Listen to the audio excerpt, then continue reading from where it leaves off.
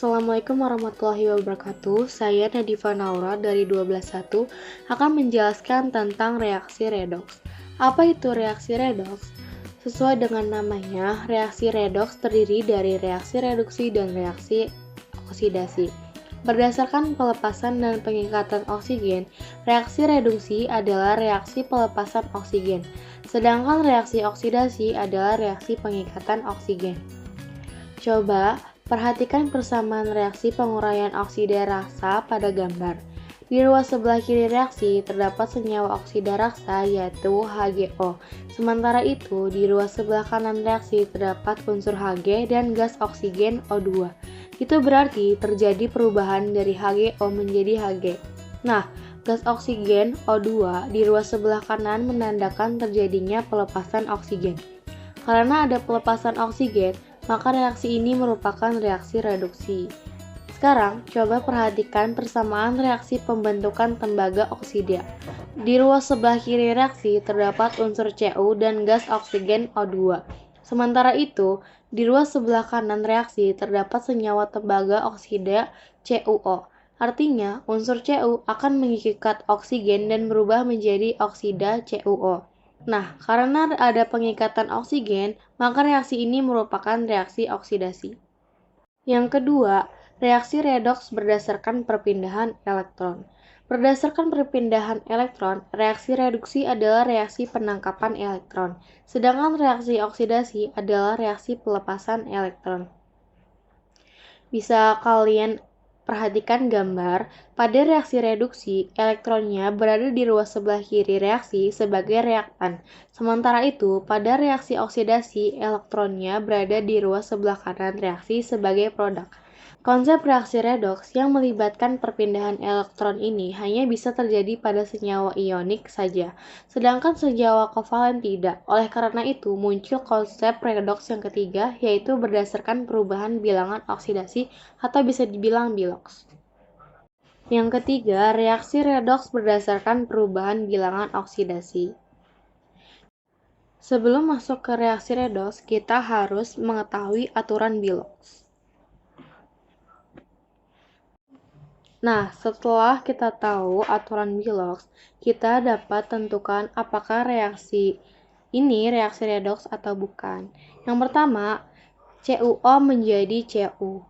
Dalam senyawa, biloks oksigen O itu umumnya bernilai -2, kecuali jika oksigen berada dalam senyawa peroksida H2O2, maka nilainya -1. Kemudian, karena CuO ini senyawa netral, maka biloks total C dan O dalam senyawa ini adalah 0. Nah, karena biloks O sama dengan -2, maka agar total biloks CuO sama dengan 0, biloks Cu harus bernilai +2. Sementara itu, Cu merupakan unsur bebas, maka biloksnya bernilai 0. Jadi, Cu mengalami penurunan biloks dari +2 ke 0, maka Cu mengalami reaksi reduksi. Yang kedua yaitu H2 menjadi H2O. H2 merupakan unsur bebas, jadi biloks H2 sama dengan 0. Sementara itu, biloks H pada senyawa H2O bernilai +1. Jadi unsur H mengalami kenaikan biloks dari 0 ke +1, sehingga mengalami reaksi oksidasi. Nah, selanjutnya ada beberapa istilah penting dalam reaksi redoks. Selanjutnya, kita ke contoh soal. Yang pertama, tentukan reduktor dan oksidator pada reaksi Mg plus 2HCl menjadi MgCl2 plus H2. Kita dapat menjawab, karena Mg merupakan unsur bebas, jadi biloks Mg sama dengan 0. Kemudian, biloks H pada senyawa 2HCl bernilai +1 karena unsur H berikatan dengan unsur lain dan H merupakan golongan 1A. Selanjutnya, karena H sama dengan +1, berarti Cl sama dengan -1 agar total biloks 2HCl sama dengan 0.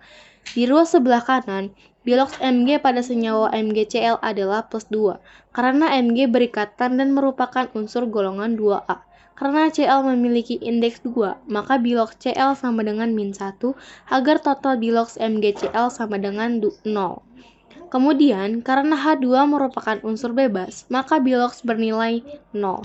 Unsur Mg mengalami kenaikan biloks dari 0 ke +2, sehingga mengalami reaksi oksidasi.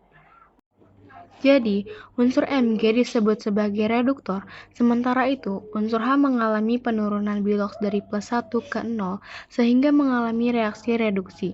Jadi, HCl disebut sebagai oksidator. Selanjutnya, saya akan mencoba praktikum uji korosi pada paku. Bahan yang harus disiapkan yaitu wadah, backlin, cuka, paku yang masih baru, dan jangan lupa memakai handscoon. Langkah pertama yaitu tuangkan cuka ke dalam gelas secukupnya.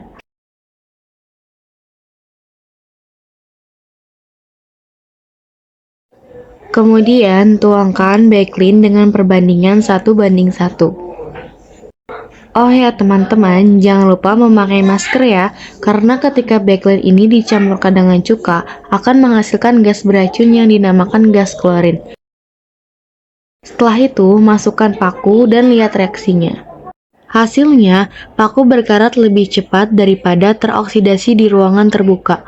Hal ini dikarenakan ion hidrogen positif dalam cuka mengkatalis natrium hipoklorit atau backlin yang berfungsi sebagai oksidator, dan asam asetat pada asam cuka membantu atau mengkatalis dan meionisasinya sehingga membuatnya rentan terhadap karat. Sebagai kesimpulan, natrium hipoklorit atau backlin bertindak sebagai oksidator karena natrium hipoklorit mengalami reaksi reduksi dan mengoksidasi paku sehingga terjadi perkaratan, dan penambahan asam asetat atau asam cuka adalah sebagai katalis reaksi yang memberikan suasana asam pada larutan. Thank you for watching. Semoga penjelasan dari saya sangat bermanfaat bagi kalian.